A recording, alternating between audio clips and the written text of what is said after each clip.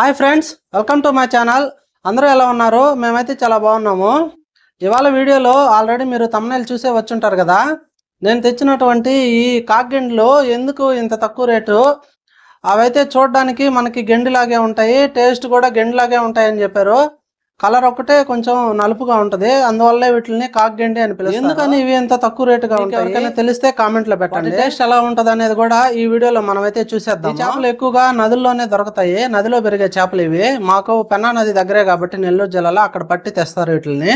కొన్ని దగ్గరలో అయితే నల్లగెండి అంటారు, మా ఊర్లో వీటిని కాకిగెండి అంటారు, అందుకని నేను కాకిగెండి అని పిలుస్తున్నాను. అయితే నేను ఆ చేపల్ని అక్కడ క్లీన్ చేయించుకొని తీసుకొచ్చాను, ఆ వీడియో కూడా మీకు వేస్తాను చూడండి.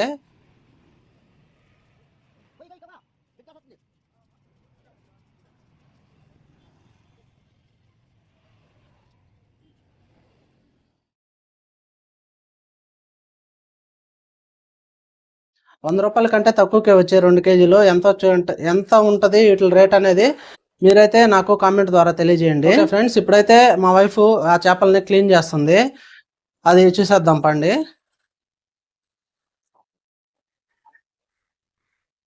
2-3 సార్లు అయితే మార్చి క్లీన్ చేసేస్తారు ఫ్రెండ్స్. మా వైఫ్ చాలా నీట్ గా క్లీన్ చేస్తారు. క్లీన్ చేసిన తర్వాత ఇంకా కుకింగ్ ప్రాసెస్ అయితే మీకు చూపిస్తాము, ఏ విధంగా చేస్తుంది అనేది.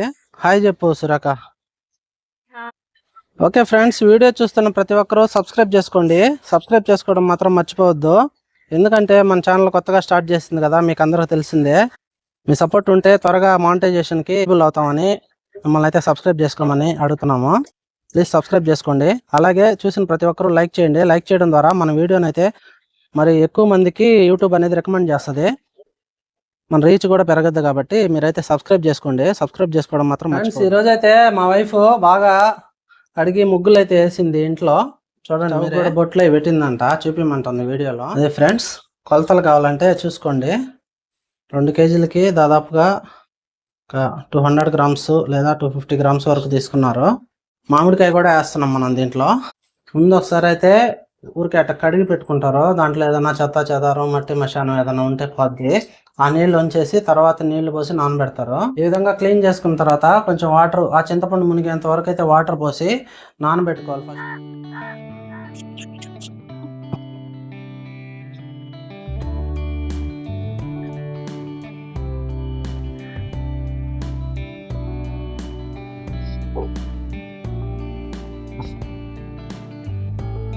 కరివేపాకు అయితే కోసుకొచ్చాను ఫ్రెండ్స్ చెట్లో, ఇప్పుడు మీరే చూసారు కదా.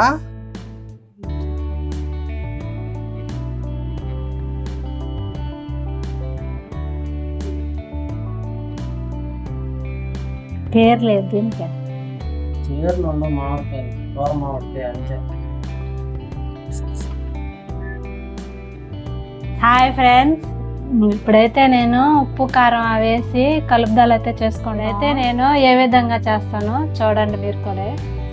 ఫస్ట్ అయితే ఉప్పు వేస్తాను, 1 స్పూను పసుపు, కారం 3 స్పూన్లు వేస్తున్నాను.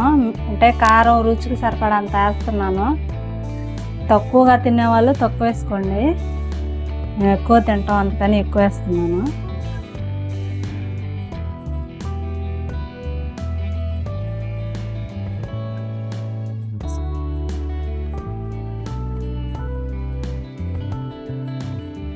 ఈ విధంగా అయితే ఉప్పు కారం అన్నీ వేసి ఈ విధంగా చేపలకైతే పట్టించుకోవాలి.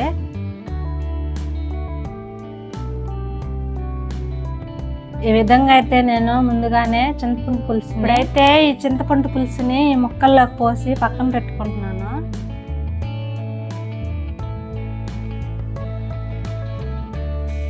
ఇప్పుడైతే నేను మామిడికాయ ముక్కలు వేస్తున్నాను, అలాగే కొంచెం కరివేపాకు కూడా వేస్తున్నాను. ఇప్పుడైతే నేను నెల్లూరు చేపల పులుసు ఎలా చేసుకోవాలో మీకు ప్రతి చిన్న విషయాన్ని అయితే వివరిస్తాను. కూడా మీ ఇంట్లో ఇలాగే రుచికరమైన నెల్లూరు చేపల పులుసు అయితే తయారు చేసుకోవచ్చు. అయితే మనం ప్రాసెస్ లకి అయితే వెళ్దాము. ముందుగా అయితే ఆయిల్ వేసాను, అది చేపల కూర కాబట్టి ఎక్కువ ఆయిల్ అయితే వేసుకోవాలి. అయితే కొంచెం మెంతులు ఆవాలు కూడా వేసుకోవాలి. ఫస్ట్ అయితే ఉల్లిపాయలు, అలాగే పచ్చిమిర్చి కరివేపాకు కూడా వేసేస్తున్నాను. ఉల్లిపాయలు అయితే బ్రౌన్ కలర్ వచ్చేంత వరకు అయితే బాగా వేయించుకోవాలి. ఇప్పుడైతే ఉల్లిపాయలు వేగిపోయాయి, టమాటా ముక్కలు కూడా వేస్తున్నాను.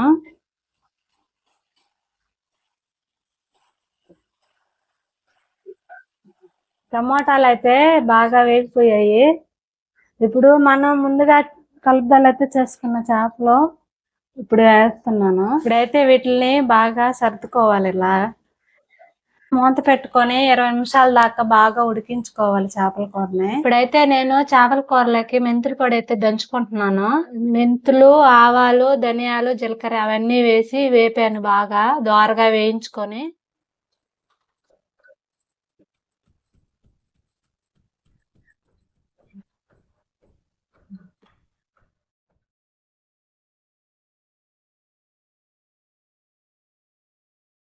ఈ విధంగా అయితే మెత్తగా దంచుకోవాలి. చూడండి, ఇలా ఉడికేటప్పుడు అంటే ఆల్మోస్ట్ 70% అయితే ఉడికిపోయింది. ఇలాంటప్పుడే మనం ఉప్పు కారం అనేది చూసుకోవాలి, సరిపోకపోతే వేసుకోవాలి. ఉప్పు అయితే తక్కువగా ఉంది, కొంచెం ఉప్పు అయితే వేసుకుంటాను.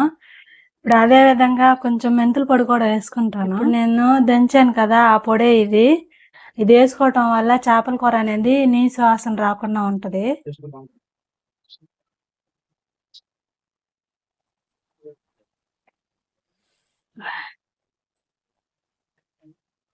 ఇంతే ఫ్రెండ్స్, చేపల పులుసు అయితే రెడీ అయిపోయింది.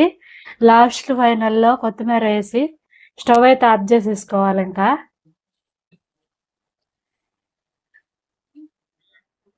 ఏంది ఫ్రెండ్స్, ఒక్క చేప కూడా రావట్లేదు, ఇరిగిపోయేటట్టుండే అన్ని తీస్తుంటే. ఇంకొక ముక్క అయితే వేసుకున్నాము. ఇదండి.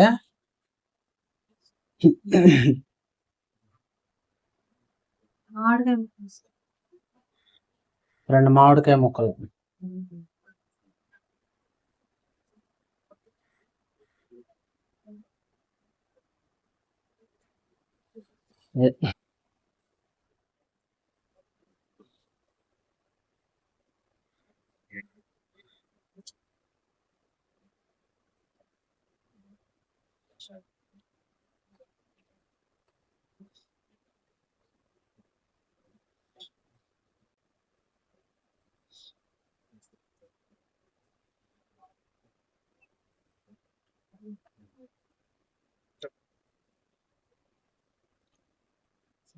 చేపల పులుసు అయితే సూపర్ టేస్ట్ వచ్చింది.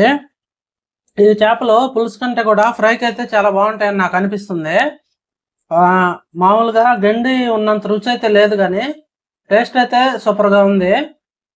అందుకనే బహుశా ఈ చేపలు తక్కువ కాస్ట్కే ఉంటాయి. ఇది చేప అయితే గండి చేపే, కానీ కాకగండి అని దీనికి పేరు పెట్టారు, నలుపుగా ఉండటం వల్ల. టేస్ట్ అయితే అదిరిపోయింది ఫ్రెండ్స్, సూపర్ గా ఉంది. మీకు కూడా దొరికితే ట్రై చేయండి.